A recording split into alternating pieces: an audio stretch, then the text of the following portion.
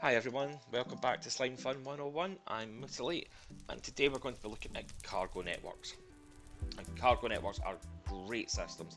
They allow you to transport your items around without having to pick them up, move them, and run backwards and forwards between different machines and chests. They also allow you to make bigger projects such as automated dust farms. However, that is fairly advanced and we'll be covering that in a later tutorial. Today is just about the basics. So let's get started. So if we go into our Slimefun guide and we have a look for the cargo management icon, you can see we've got several new items. We've got cargo manager, cargo node connector, cargo node input, cargo node output, and cargo node advanced output. This works similar to electricity. With the electricity we had an energy regulator. With cargo we have the cargo manager.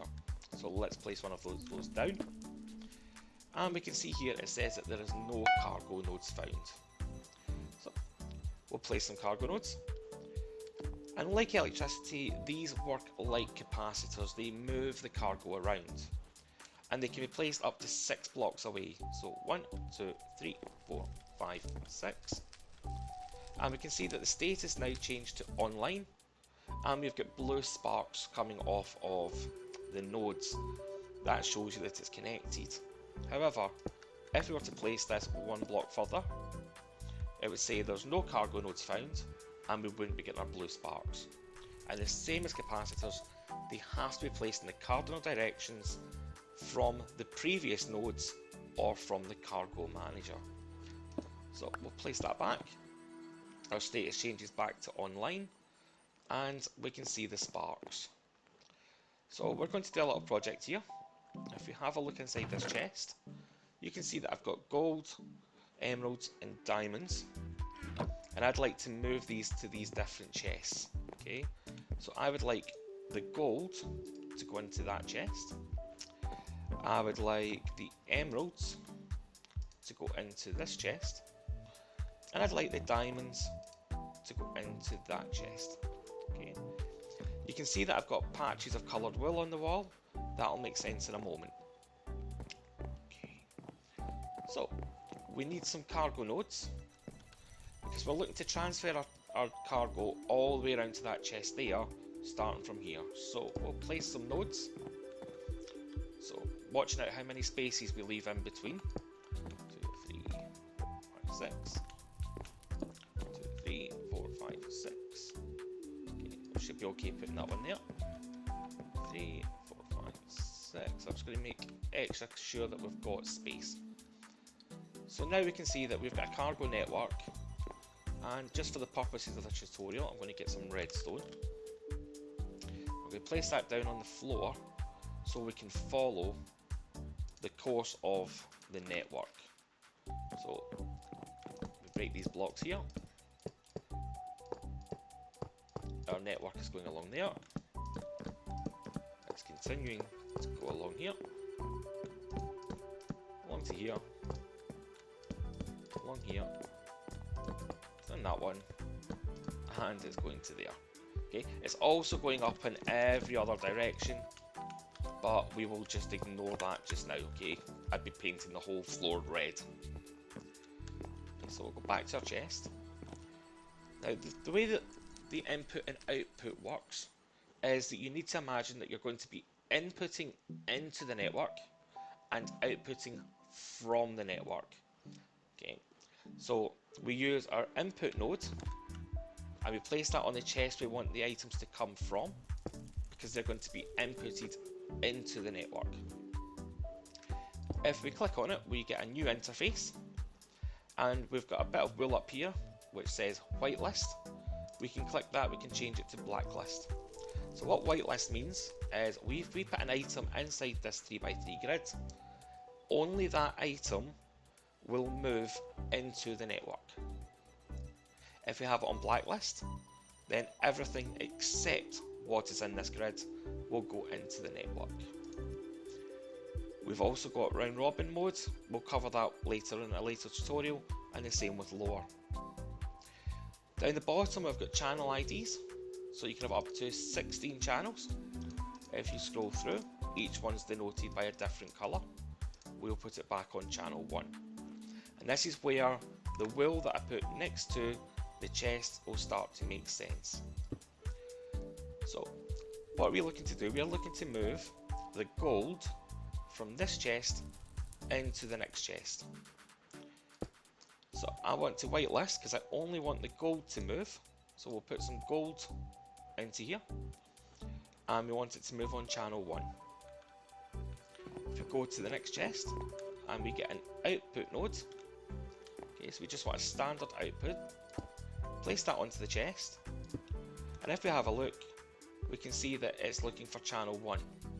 So anything which has come into the network on channel 1 will output into this chest because it's set up on channel 1. If you open the chest, we can see that the gold has started to come through, and we can see some of the wool from my previous test just when I was rehearsing this video. Okay, but if we come back here, we can see the gold's moving, and it's now moving into here. So that's great, but how do we get the emeralds and diamonds to come from here if we already have gold, diamond and emerald in this one chest? So what we'll do is we will go back to our input node, we will move to the next, we will place another input node, and for this one we're going to tell it that we want it to be on channel 2, and we want to leave this on whitelisted, and we'll place a diamond in, and we'll place an emerald in. So we're telling it on channel 2 we want to bring in all the diamonds and all the emeralds from this chest. If we move down and we go back to the chest down here, we can take one of our advanced cargo nodes and place that on the side of the chest. It's connected, so the sparks have appeared. If we go inside, we can see we have an interface very similar to the input interface. However, as it says up the top, this is for output only. Now, if we change that to blacklist, everything that's in the network on channel 1 would go out into that chest unless we said with an exception and place the exception inside the 3x3 grid. But for our purposes, we only want diamond to come out. So we said on our input that we're going to input on the orange channel. So we want to output on the orange channel, but into this chest we only want emeralds. So we'll place an emerald in that box, and we can see the emeralds start to come through. If we go to the next chest and we take another advanced cargo node, we'll leave it on whitelist, we'll change that to channel 2, so it's on the same channel, but this time we only want the diamonds to come through. And if we open up the chest, we can see the diamonds are coming through. So, to sum it up, a single output node, the basic output node, will output everything which is in that channel out to the chest, whereas an advanced output node, you can select what comes out of the network into different channels and into different chests.